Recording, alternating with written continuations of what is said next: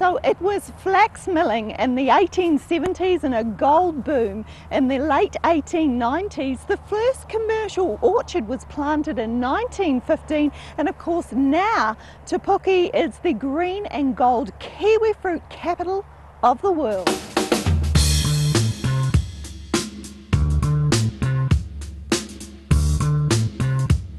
Well, today we're going to hear all about the history of Te Puke, how it's grown and developed over the years, and what some of the future plans are. First up, we're going to be talking with Paul Hickson. He's the chair of Te Puke Fast Forward. Paul, great to meet you. Hi, Janine. Yep. Thank you so much for having us right here to your place, in actual fact. Can you tell us what Te Puke Fast Forward is all about? We're an advocacy and networking group for the Te Puke region, and when I say the Te Puke region, in 2005 they had a Te Puke 20-year plan, and some of us were on the economic subcommittee, and we thought, we should have a group that makes sure things happen. And Te Puke Township was very much focused on the township, but we said Te Puke's a bigger region. Te Puke Township is about 7,000, there's about 8,000 in the rural areas supporting Te Puke. So Te Puke Fast Forward is a group of people, both town people and people in the country areas, that meet once a month to talk about Te Puke issues, advocate about the regional issues, and we do a lot of making submissions to regional policy statements and Western Bay District Council. So we're really a sort of a think tank. We come up with ideas, we suggest things. We're a networking group. And you're obviously quite visionary, aren't you? Well, we try to be, but we really rely on each. We don't have a cohesive plan. We tend to give people certain tasks and they take it forward. We bring up ideas and we just see what comes out of those ideas. Okay, so are you linked with other development organisations, and if so, how do you work with them? Well, what we found is that this thing in Tauranga called Smart Growth, or Western Bay had a Smart Growth policy, and out of that came Smart Economics, and we go along. Well, I represent us at a Smart Economic Forum, Strategic Partners Forum in Tauranga, and one or two other members of our group, like John Garwood, Te Puke Fruit Growers, he goes for Strategic Partners Forum. So we link into the wider Western Bay Tauranga district and into the whole Bay of Plenty, because we have Bay of Plenty Regional Council. We have one of their councillors actually comes to a few of the Fast Forward meetings. So we network within the area and we stick up for our local area. Great. Another thing I think at the moment, we want to make sure that Te Puke Town Centre goes ahead, because if that occurs in Te Puke, we think it'll sort of uplift Te Puke, and we've always been advocating for that, and we support that as well. My phone number is 07 533 339. It's 07 533 339. But I also put them on to Kathy Webb at Western Bay District Council, or they can contact us through Te Puke Focus. Fantastic. Mark Boyle and Te Puke Focus have a website. Well, Paul, you're about to take us off to meet your father, so we can find out a bit about agriculture and horticulture in the area. Oh yeah, he's been farming here a long time, so I'll be pleased to talk to you about it. Yeah. Great, we'll lead the way. Okay then. Good.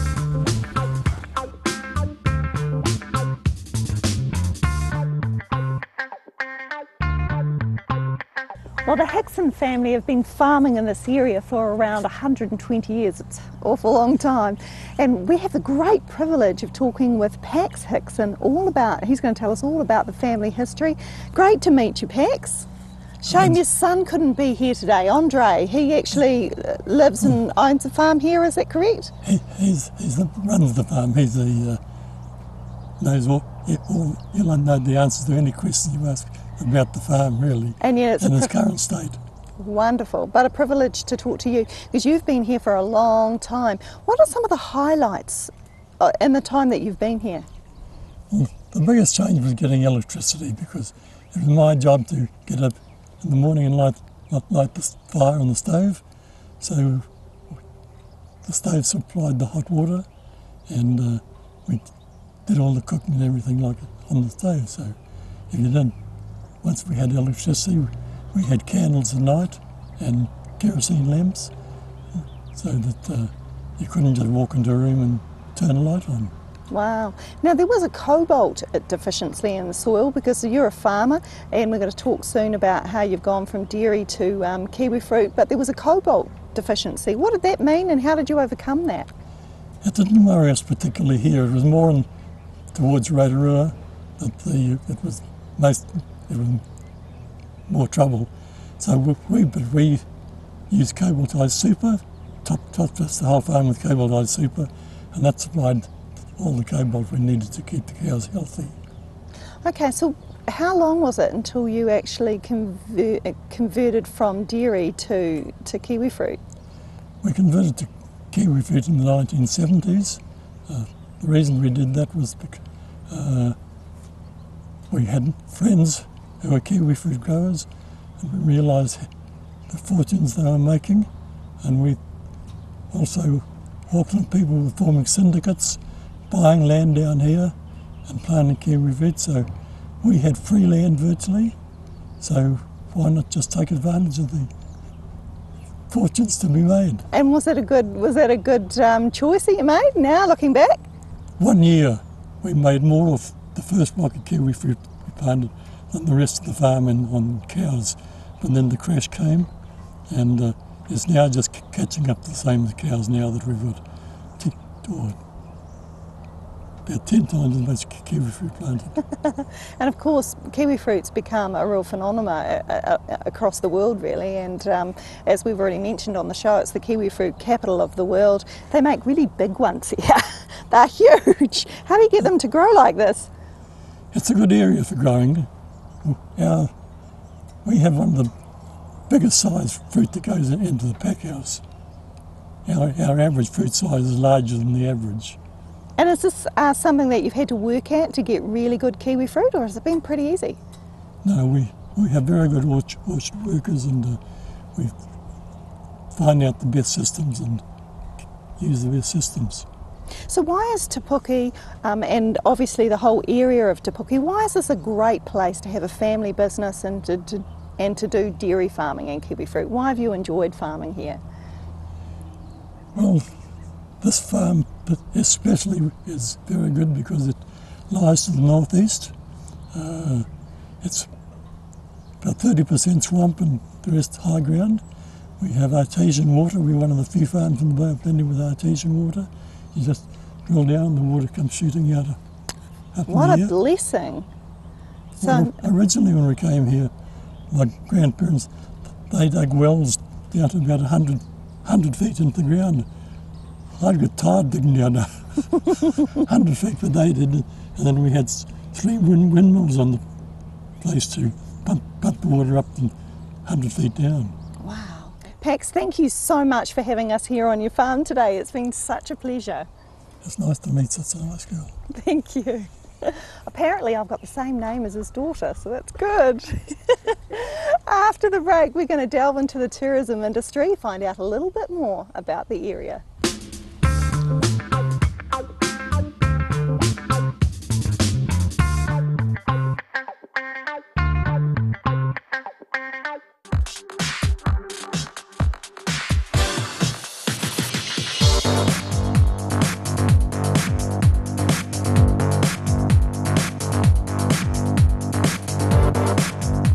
Welcome back. Well, the kiwi fruit industry is a major force behind tourism. Graham Crossman from Kiwi 360 is going to tell us why.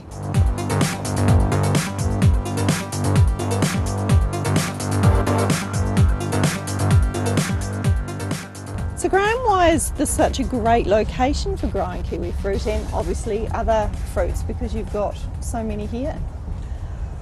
Well, we've got some special conditions to do with the climate and the soil, and everything happens in a certain order each year, which we can pretty much rely on to enable us to grow kiwi fruit especially better than anywhere else in the world. And there are conditions to do, as I said, with the climate. Very high sunshine hours. Last year this was the sunniest place in New Zealand. High rainfall all year round, not just in winter or summer like some climates. We have frost at very certain times of the year, so we don't have to worry about spring frost damaging the new shoots, and frost do good things for us in winter. And the soils here, they're deep, soft volcanic ash soils, and we got most of those volcanic ashes from the eruptions in the middle of the North Island. And that enables the roots to go down such a long, long way, thereby getting their own moisture. So kiwi fruit in this area is grown naturally, unstressed, all through summer, and that makes it pretty much unique in the world. Kiwi fruit's often talked about as a superfood as well. Is that correct, and why is that? Well, superfood, yes it is. In fact, there are nutritionists around the world now who've elevated kiwi fruit up into their elite group of world superfoods, because there are studies which have shown that when you compare kiwi fruit with all of the most popularly consumed fruit and then look at their vitamins, minerals and nutrients, when they analyse the results, kiwi fruit always comes out number one. It's the most nutrient dense fruit of all of those most popularly consumed fruits. So we call it the world's healthiest fruit when we talk to visitors, but that's backed up by those studies, and particularly a major one done by Rutgers University in the US, which is used as the benchmark. Kiwi 360 is actually a family business. What can we experience here? Tell us about your business. Well, really at the moment we provide an insight and tell stories about kiwi fruit, the world's healthiest fruit, one of the superfoods. And whilst most New Zealanders would probably think they know most about kiwi fruit, or a lot, there is a lot that we tell people about the other visitors, which is quite revealing and very interesting. And so our product is just telling people about this wonderful area, this region, these climatic conditions, the soil, how it all combines to produce the kiwi fruit. So we do an orchard tour, and we do those going through our park grounds, where we've got the 60 or 70 other different fruit and nut trees, and into our commercial kiwi fruit orchard, which is just average size, 4 hectares. But in this region we tell people there's another 2,500 orchards just like ours. So it's a drive through our park, through our other horticultural products, into the kiwi fruit, under the vines, and we engage with them one-on-one on telling the story of kiwi fruit. What kind of response do you get from overseas visitors? Well, a lot of them know kiwi fruit, of course, and know the Zespri brand, which is the one brand under which all New Zealand kiwi fruit is sold.